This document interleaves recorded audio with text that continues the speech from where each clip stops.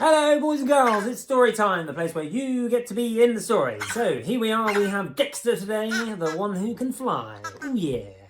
Say hello, Dexter. Oh, he's got fangs as well.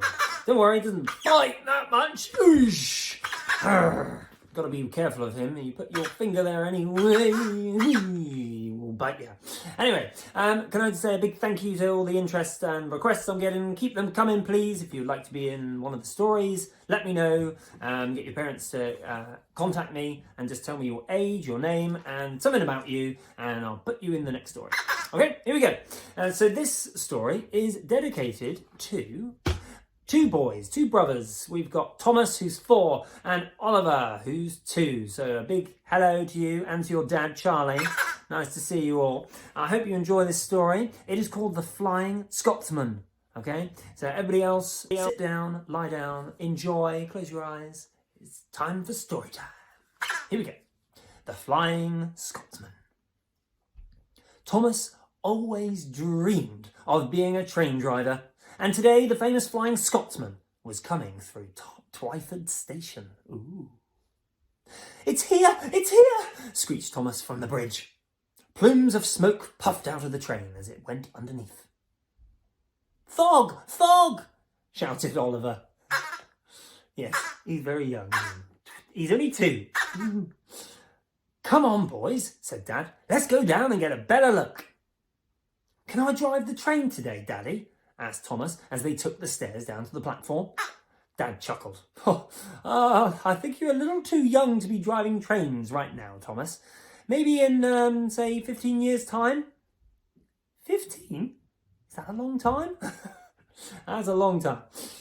Poor Thomas.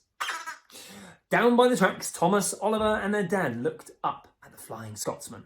It had big green sides and big green wheels. It huffed and puffed and hissed and rattled like it was eager to get moving again. Thomas could not take his eyes off it. Wow, said Thomas. Wow, said Oliver. Wow, said Dexter. Look, boys, it's the conductor, said Dad excitedly. And the conductor had indeed popped his head out of the window of the cabin and saw Thomas staring at him. He smiled, then waved. You there, said the conductor. Would you like to see inside the cabin? He was talking to Thomas. Yeah, woohoo! The conductor took off his hat and plonked it on Thomas's head. Thomas noticed the man. They're inside the cabin now, I forgot to mention. And Oliver is obviously with him as well. So both boys are in there. And yes, anyway, the conductor plonked his hat on Thomas's head as he swiveled in his swivel chair. Then Thomas noticed the man had posters of Sonic the Hedgehog, Toy Story, and the Minions on his walls. He liked this man a lot. So does Dexter. You're the train driver, the conductor said to Thomas. And you're the fireman, he said to Oliver. The fireman is in charge of shoveling the coal into the furnace like this. Oliver was very excited watching this. The boys smiled at each other as they watched the conductor shovel more coal into the furnace. This was quite possibly, the best day of their lives. The conductor stepped out for a minute or so to talk to their dad. Their dad was taking a few photos of the boys. But before he could, 2 things happened unexpectedly. The first was the door to the cabin closed, locking Thomas and Oliver inside. And the second, can you guess, was the train started to move. Uh-oh. Do something, shouted Dad.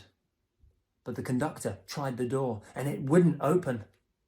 The train passed through a tunnel, and before they all knew it, Thomas and Oliver were all alone in the cabin.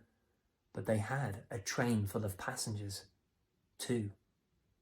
They had to stop the train. The problem was that there were buttons and dials everywhere. Which one stopped the train?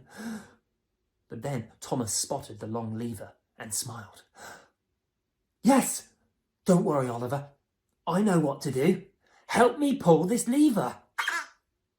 With the help of his brother, Thomas grabbed the brake lever and yanked it back with all of his might.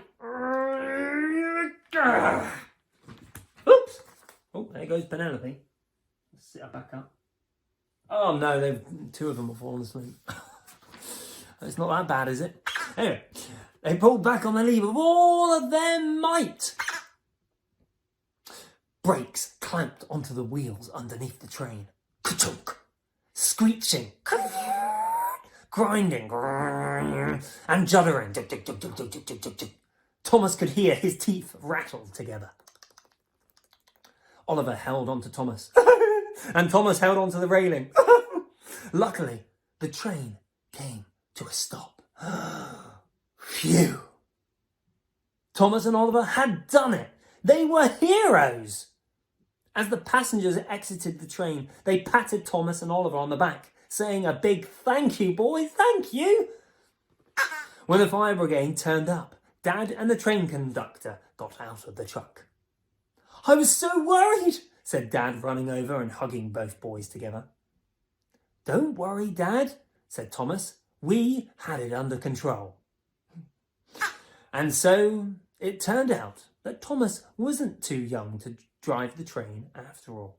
And they even got a lift back home in the fire engine with the siren on. Amazing! Don't you think, Dexter? That was amazing! Thomas and Oliver, you are heroes of today. I hope you enjoyed that story, The Flying Scotsman. And boys and girls, we're going to say a bye-bye for now. I hope you enjoyed that. And it was only 7 minutes long, that story. So I hope you enjoyed it. And farewell for now. And keep the requests coming in. Bye-bye.